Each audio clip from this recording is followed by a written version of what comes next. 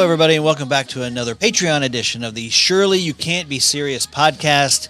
Today, we are going to be discussing a subject that I don't know yet because Dee is going to surprise me, but I do know this. You have been waiting to tell me this incredible story. I don't know what it is yet, but it's like murder and mayhem and all the things. And you've promised me that it's a song that I know very well, or it involves something that I'm super familiar with. There is absolutely no question that you know this song. Okay. We've actually just talked about this song before in another one of our episodes, but since we have well over 200 episodes at this point, that's not much of a clue for you. But we've also talked about other people who are involved with this song on entirely different episodes, which I'm not going to give away yet. But just to let everybody know what's going on, we are doing everybody gets to hear this episode version of what's normally on our Patreon page only, right? Right. So if you join our Patreon page, you'll get access to all of our one-hit wonder episodes that nobody else except our Patreon members get access to. You can do that by going to patreon.com/Surely Podcast. You can sign up for free. You can get the episodes for as little as $5 a month. If you go up in tiers, thank you. It helps support us, and we'll send you some free gifts too, which are pretty fun. I sent some of that stuff out this week. Yeah, and thank you guys so much for supporting us. Those Patreon members that we have, they're going to get the sneak preview of this episode before everybody else. But I'm genuinely excited to talk about this. So I was just going to interrupt you. Yeah. One of the fun things that we do in our Patreon episodes sometimes is that one person comes up with all the research and the history and things like that, and then you talk and you slowly unveil the story. Yep. And if I figure it out right off the bat, I'm not going to say anything, but guys at home try to figure out what we're talking about. It's Yes. kind of a puzzle. Exactly. Okay. And the last one of these episodes we had, you gave me a song from the 90s. And by the time we got to the song, I was like, I kind of remember that song. Most of the songs that we have been songs that everybody knows, right? Right. And I made the promise to you at that time, the next time that we come in and I'm doing a song for you, you will, without question, know what the song is. It is a one-hit wonder, but it may surprise you to have it called a one-hit wonder. Okay? Okay. Probably nobody thinks of it as that, but technically it is. All right? I'm going to, as you mentioned, this story has theft, drug addiction, homicide, adultery, fatal car crash, and a Persian poem that's over 900 years old involved with it. So there's all kinds of things at play. So if there are people out there who are super familiar with this song, they're going to go, oh, I know what that is already. I doubt a whole lot of people. I really know the song, and I was surprised to know what some of the basis for the song is. Okay? Yeah, okay. Let's hear this thing. All right. Okay, I'm ready. So the group that put together this album was a super group, okay? It came together in the spring of 1970, and a year later, they'd be done. They released one album, and even the album did badly. And even this song, when it was released as a single, it did badly. Several of our other Patreon episodes, we've like, hey, this song came out in, 83, but it didn't become a hit until 1989, weirdly, Right. So this is kind of one of those things. So the members of this group, I'm going to give you some names. I'm doing the Paul Harvey kind of, hide the rabbit thing right now. So first guy is Del, Okay. Yeah, you're thinking of John Candy right now. I know you are. Del Griffin. Shower curtain ring guy. Yes. So Del was a nickname that his buddy Tony Ashton gave him, and so I'm going to use Del as the nickname so that you don't know who I'm talking about. All right. Okay. The other guy is a guy named Jamie. Again, nickname from his wife. She called him Jamie. Not what most people called him. Okay. Okay. So we got Del and Jamie, and they are the two writers given credit for this song. Okay? All right. And then in the rest of the group, you've got a guy named Robert. Okay. He plays keyboards. And you got a guy from Tulsa, Oklahoma, your hometown. Yes, it is. Yep. He happened to be born on the same day as Paul McCartney. Okay. Yeah. So now we know Paul McCartney wasn't born in Tulsa, Oklahoma, so it's not Paul McCartney. It's a different guy. But famous musician, right? Wait. This is a famous musician from Tulsa in this band. In this band. Okay. Yes. All right. Yep. Keep going. Okay. So I'm going to give you a little bit about the album, and then I'm going to go back and we're going to do some history on it. All right. Okay. Okay. So the album failure, critically, failure commercially. Like nobody went out and bought it and none of the critics liked it. Okay. This song that I'm talking about is 13th song on the album, 13th track. And they released it as a single, just didn't do very much, didn't chart at all in the UK, barely made it in the charts in the US, but then came again in 1972 and got a little more popular, came again in 1974, 1977, and then like a cover of it nearly 2 decades later ends up at number 12 in the US Billboard Hot 100, okay? Okay, all right. All right. Yeah, good. So, since the time that this song was recorded, and everybody hated it when it came out, VH1 and Rolling Stone have both put it on their greatest albums of all time list. What? Okay? Most of the songs on the album that were not cover songs, because they did a few cover songs, most of the songs on the album that were not cover songs were written by Del and Robert, the keyboard player, okay? Yep. But this song that I'm talking about was by Del and Jamie, all right? Okay. So Del had come from a couple of supergroups with a lot of success, okay? Okay. He actually, by many people, has been equated with divinity as far as his musical skills are concerned. And Jamie was even better as a musician. These are the two writers of this song. So you got a guy who plays like God, and then a guy who's better than God. yes, Okay. that is about right. Okay. Yeah. So they get together. They have come from this other group that you probably don't know, but I'm not going to mention them anyway. And they're really both of them just sidemen in the group. They're on an ensemble. They're not mentioned in the name of the group. They're not singing the songs. They're just a couple of side musicians. Okay. All right. All right. The name of this band actually comes from a mistake at their first club that they played on this tour. The announcer says a different name than what they have chosen as their name, but they like the different name better, and so they go with that. Okay. The guy who wrote the Rolling Stone Illustrated History of Rock and Roll, Dave Marsh, said this about this song, okay? Quoting, "There are few moments in the repertoire of recorded rock where a singer has reached so deeply into himself that the effect of hearing them is akin to witnessing a murder or a suicide. This song is the greatest of them." Okay. Okay, so now we'll go to a little history, all right? Yeah. So Jamie, born July 1945, passed away a couple years ago. The guys from Toto, David Page, Jeff Porcaro, the guys who were the best studio musicians of the early 80s, the guys who played the music on Thriller, they described Jamie as someone you look to with reverence. Like if you wanted to know how to play your instrument, this is the guy you go to. You listen to what he's done and you emulate him. I mean, they were in awe of him. That's how good he was. Okay.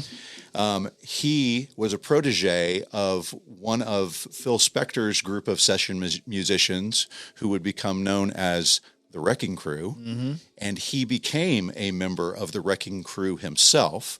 He played on Pet Sounds. He played on Good Vibrations. He played on Classical Gas. He played on You're So Vain by Carly Simon. Yeah. Song about Warren Beatty. Yes, there you go, right? And countless others. I mean, his music catalog is gigantic. Okay. And he not only knew how to play like any kind of music, he knew how to take a song and make it a hit song, right? Like with Carly Simon's You're So Vain, they had already recorded and they're like, this isn't good. Let's bring this guy. Let's bring Jamie in. They brought him in. Carly Simon came in thinking the song was done. She sees him in there and she loses her mind. But then she gets this huge hit with this song and she has to eat her words, right? Okay. He also played with Alice Cooper, Joe Cocker, Harry Nilsson, Frank Zappa, and Steely Dan, both of whom we know were ultra particular about how good the people were that were playing with them, right? Watch the Yacht Rock documentary if you don't know what we're talking about. Exactly. Or Frank Zappa, listen to our Toto episode to see how he humiliated Steve Lukather in front of everybody. Through the ringer. That's right. So that was Jamie. Okay. Del, born 3.5 months before Jamie was born, across the world. Jamie was born in LA. Del is born just outside of London, where for the first decade of his life, he thinks that he's got an older sister. But 11 years old, he learns that the girl he thought was his older sister is actually his mother. And the people that he thought were mom and dad are actually grandma and grandpa. The tale as old as time, right? Yes, there. Yeah. Right. We've had that a few times, right? Right. So his mother had a liaison with a Canadian Air Force soldier at 15-ish. Yeah. And so the pregnancy resulted, and Del was born out of wedlock. Interestingly, she actually a few years later, marries a different Canadian soldier and moves off to Germany and leaves Del with her parents to be raised by them. The good news is they're not too badly off, and they spoil him a little bit, and eventually they buy him some musical instruments that he learns how to play. Okay. He started playing at the age of 13, lost interest, but then as he got into high school, he realized he was terrible at sports, picked up the music again, and that became what he was good at. Okay. He ends up getting accepted into the Kingston College of Art, but he gets expelled after the first year because he's so focused on music and not on art. His musical influences are Buddy Holly and Big Bill Broonzy, the black blues musician from Mississippi, okay? Okay. So he's out of college. He starts busking. As a teenager, he starts busking, and he gets noticed. And he goes from first band to second band to third band. And by 1966, at 21 years old, he forms a group himself, after being involved with a pretty successful group, forms a trio himself that becomes world famous. Okay, keep going. So that was 66. Okay. By 1968, this world famous band disbands. They're done. They're done with each other. 2 years? 2 years and they're done. 1969, the next year, he forms another supergroup, but they would release only one album with a very controversial album cover, an LP with only 6 songs, one of which would be a hit, one of which you know, but they dissolved after only 7 months. And he's realized he is tired of the limelight, and that's why he decides to go with this other singer-songwriter duo where they're the named members of the group, and he's a member of the ensemble. He's a sideman with these other guys called the Friends. Okay. During this time, he was working on albums with former members of the Rolling Stones, former members of the Beatles. He did his own solo album that didn't do much, but finally, he and several of these other members of this band would form this new band that gives us a song that we're talking about today. Okay. So far, I have no idea where we're going. Okay. Okay. So just think of it as a movie, right? This new band of people that are all incredible musicians, they start doing tiny little club shows in Britain. And these are guys who have had major hits, you're saying? Major hits, major success, names you would recognize. Okay. For sure. So they do this tour of small clubs in Britain and get their groove down. And they're like, okay, we're going to go to Miami and we're going to record our first album together. Okay. So they go down to Miami to record. And the guy they have producing their album is a guy named Tom Dowd. Tom Dowd also happens to be producing another group's album called the Allman Brothers. Yes. You've heard of them, I right? do know the Allman Brothers, of course. And so after Del had been there for a few days, Tom, the producer, says, hey, you should go see the Allman Brothers play. They're going to play at this outside benefit concert. And Del's like, heck yeah, I love Duane Allman. I would love to listen to him play. Well, as it turns out, Duane Allman is also a big fan of Del's. And so because he is famous, he gets to go in front of the barricade, in front of the front row, and he and his friends are watching the Allman Brothers play. And at the point that Duane Allman turns around and sees Del standing in the crowd, he freezes in the middle of his guitar solo. And fortunately, the other lead guitarist is able to pick it up, and then he sees why he's frozen, and he just turns away so that he doesn't have to get frozen as well, because they're so in awe of this guy who's watching them, right? Okay, wow, okay, so, awesome. After the show, they get to meet face to face. They're kind of gushing over each other, talking about how much they enjoy each other's music. And Duane says to Del, hey, I'd really love to come and listen to you guys record. And Del is like, heck with that. Get your guitar. Come on, let's go tonight. Let's record together. They spend the entire night just riffing with each other, and Tom describes it as like the most beautiful bromance you've ever seen. Like, they don't say, "Can you play this again?" It was just, they would riff off of each other and gush and talk about the techniques of the guitar and all of this other stuff. And they formed a brotherly bond. As it turns out, for this album, even though this is a 4-piece band, Duane records almost every single song with them. So it's a 5-member band for the recording of the album. Okay. So he records several of the songs. His band is still out playing, so he leaves for a few days and goes to play with them on their tour.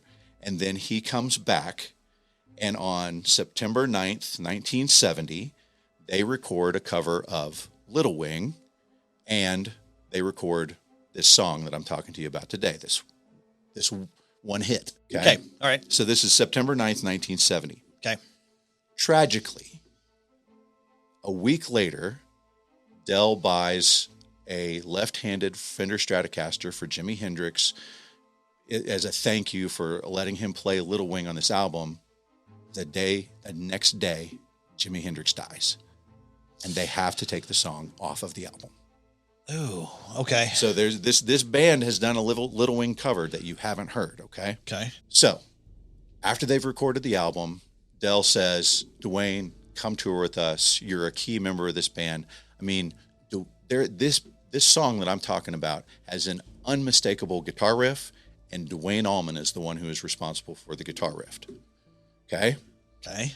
It also has an unmistakable piano riff, but I'll get into that in just a minute, okay? Okay. So Duane says, "I would love to, Del, but I've got my brother's band. We've developed these shows already. I can't go with you. I have to go with them." Right. Okay. The album gets released in November of 1970. Less than a year later, Duane is riding on his Harley on Hillcrest Avenue in Macon, Georgia.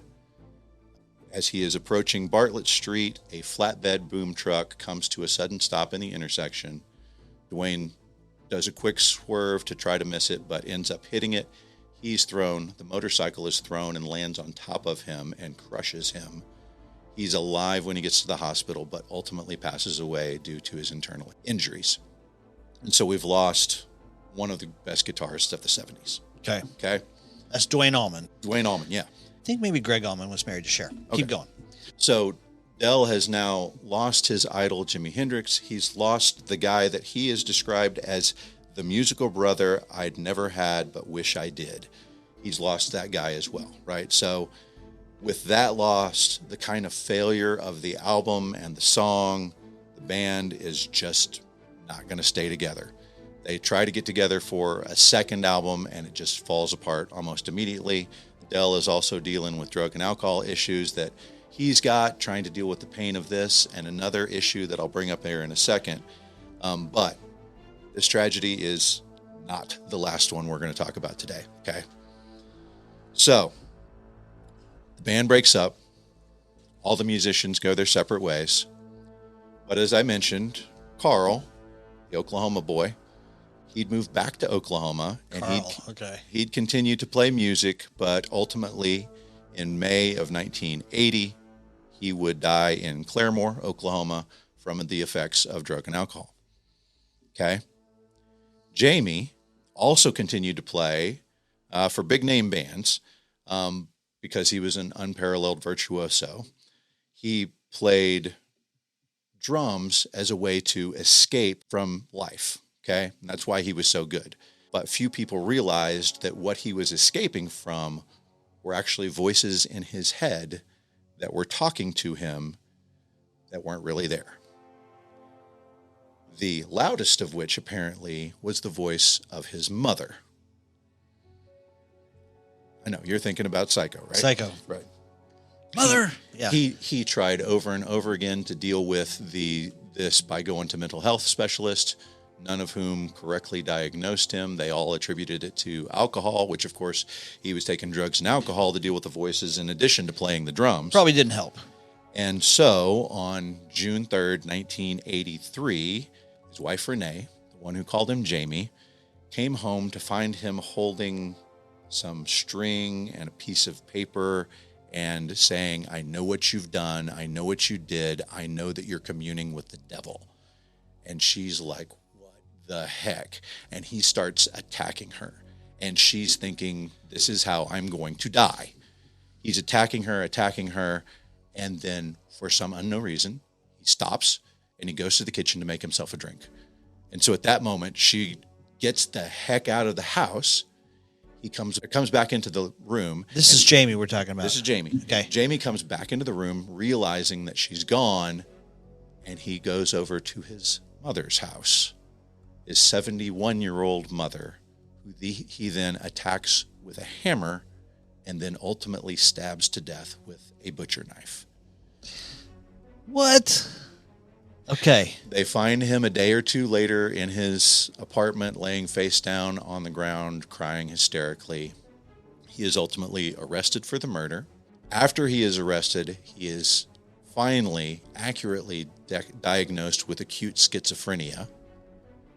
And the court accepts the diagnosis of acute schizophrenia, but because of changes in the federal insanity defense law, California had changed their laws, and he was not allowed to use the insanity defense at his trial. Okay. And ultimately, he gets sentenced to 16 years in prison. It's 1983.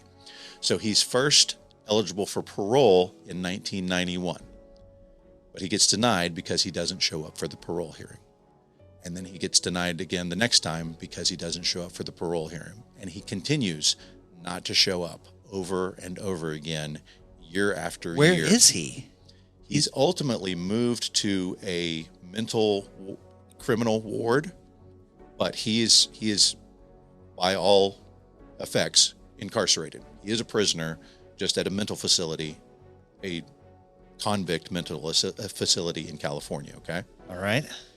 Ultimately, as I said, he passed away March of 2023, never having been rehabilitated from his schizophrenia, just stopped playing music other than to occasionally, when somebody would be playing, might sit in and do a little bit here and there, but wouldn't communicate with family, wouldn't communicate with anybody else. Just kind of this amazing, arguably the greatest drummer of the 70s disappears from the face of the earth for all of this. Wow. Okay. Okay. Keep going. So, back to the song. Okay. In addition to playing the drums on this song, Jamie also contributed the piano part, which, as I said, is absolutely iconic. And this is what gives him his writing credit. But here's the problem. He stole the piano riff from his girlfriend, who we've talked about before, named Rita Coolidge. Rita Coolidge? All-time high. Go check out our Octopussy versus Never Say Never Again episode. And our best James Bond theme songs. You got it. Rita Coolidge. She also sang, she had a hit song called, I think it's called Higher and Higher. Yep. Yeah, she had several big hits, and this could have been one of them, except she had played it with the keyboardist and with her then boyfriend Jamie. They played it together, and they're like, hey, we know you guys are about to record this album. They played it for Dell. And she never heard anything.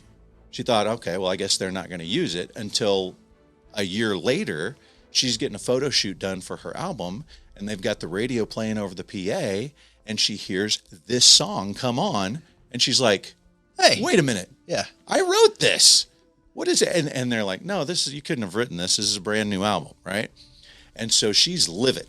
She goes to Tower Records. She pulls the album to see if she's gotten a writing credit. She hasn't. Right. She calls Robert Stigwood, who we've talked about before, who is the manager for the band, and she's like, hey. Wait a minute. Robert Stigwood, Bee Gees.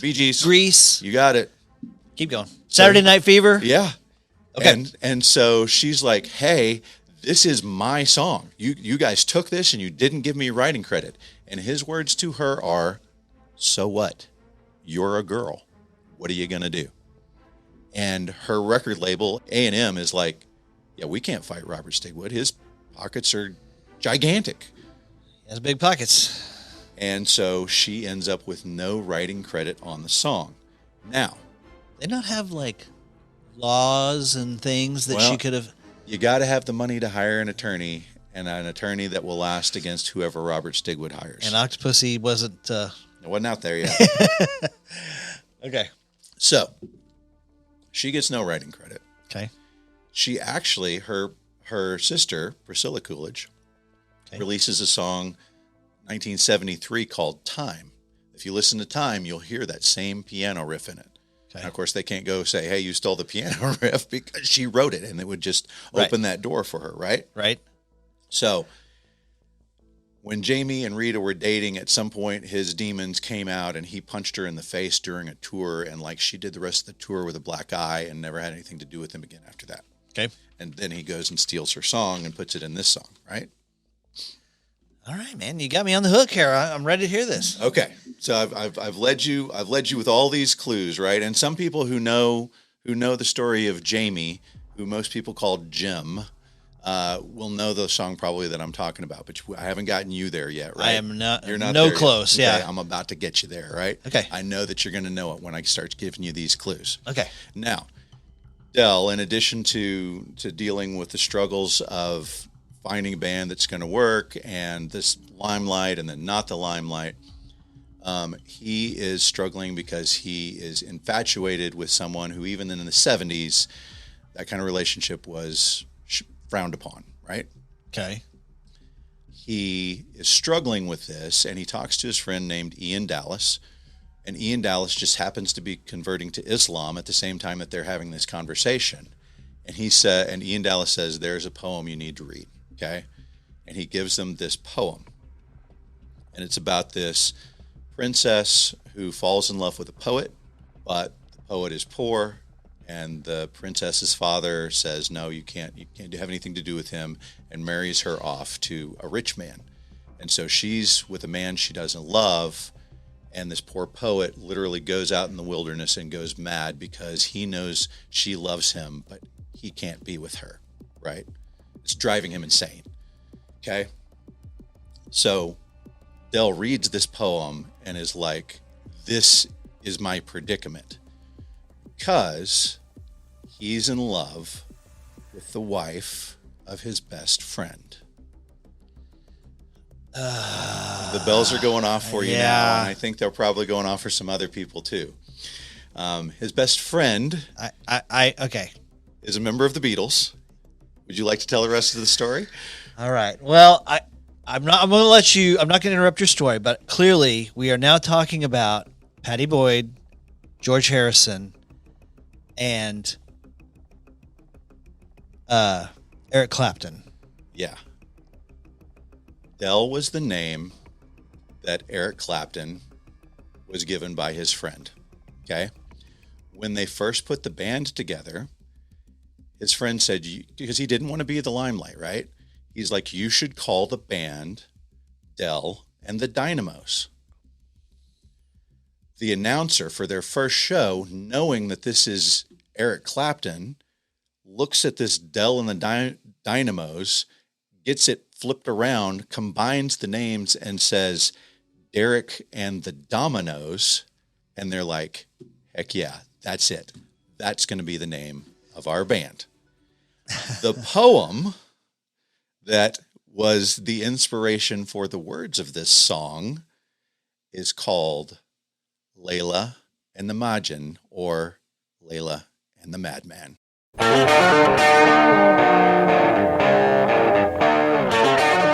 Man, this is awesome. I mean, we talked about Layla in our Goodfellas episode. Yeah. Of course, Eric Clapton needs no introduction by us. Right. We've talked about George Harrison. We've talked about Pattie Boyd even. I can't remember exactly what we were doing, but... Well, she was the one that inspired like 4 different mega hits, right? Yeah. Yeah. Yeah. And so, yes, the rest of the story is, of course, ultimately that she gets divorced from George Harrison. And once he finds out about this affair and her love for him, and he's even really not that mad about it because he himself had been unfaithful during their marriage. What? The Beatle, surprisingly, Yeah. yes. Even, I think, fooled around with Ringo Starr's wife. But Barbara Bach? Go back to our James Bond episode. no. Okay. But yeah, George Harrison is actually at their wedding. He goes to the wedding of Pattie Boyd and Eric Clapton. Okay. And then, of course, Eric Clapton stays married to her until 1989. I guess he could live without her, apparently. Yes. And then about 3 years later, Eric Clapton does an Unplugged album where he covers this song.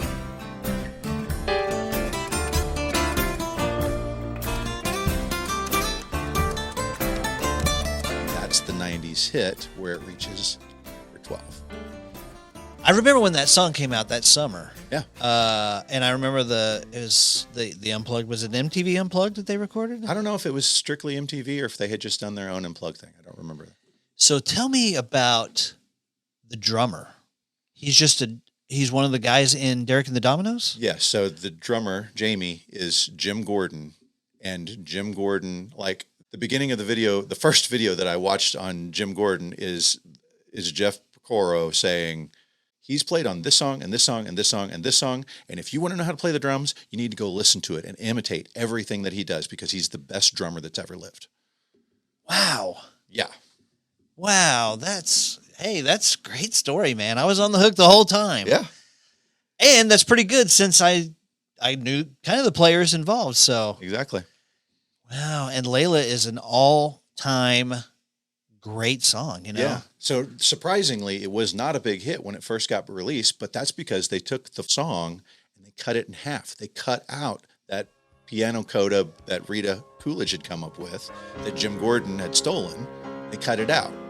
And then for a reason that I can't find, it was released a couple of years later and they included that second part. And that's when it really started to catch fire. And correct me if I'm wrong, but I think Scorsese has used it multiple times in his movies. I know that it's a big feature for Goodfellas. I don't know if he's used it other places, but yeah. Awesome. Great story, man. Thanks. Wonderful. By the way, the acoustic version of Layla won the Grammy for Best Rock Song in 1993. I think also that summer he had a big hit with Tears in Heaven. Yeah, of course, about the death of him and Patty's child. Yeah, terrible. Yeah. I think he fell out of a window or something. Yep. Awesome. Great story. Thanks, man. All right, listen, if you enjoy incredible behind-the-scenes stories like this, now, we do this once a month. You got to come check us out on Patreon and get these episodes. They're a lot of fun. Yeah, they really are. Thank you guys so much for joining us. Hope you enjoy this. Hope you enjoy our other episodes. Be sure and hit that subscribe button, follow button, whatever you need to do. See you guys next time. Awesome. Surely there's a time machine. Surely we won't cross the streams. Surely this can't be the best there is. Surely you're my rocket queen. Got my back against the record machine. Surely you can't be serious. Freddy, Jason, Michael, scarier. Dogs and cats, mass hysteria. Feels like the dark side of the wall. Surely kept her Laura clean. Yeah, she's a killer queen. But we'll spike the football.